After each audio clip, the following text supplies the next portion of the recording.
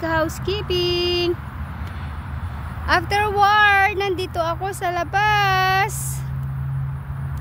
Naantay ko husband ko, 5 PM pa ako susunduin, kaya 1 hour and 30 minutes ako mag-antay sa kanya.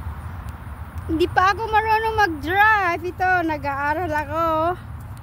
nag-aaral ako ng driving test. Ito, mag-e-exam ako sa Thursday.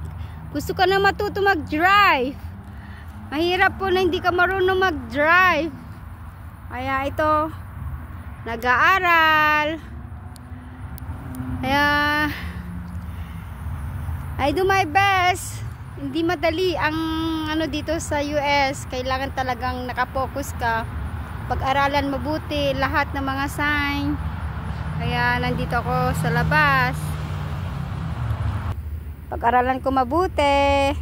Dito ko siya makikita si Russell. Diyan siya dadaan. Tapos iikot siya doon sa may kanto. Doon. Mamaya pa. Matagal pa ako mag-antay sa kanya.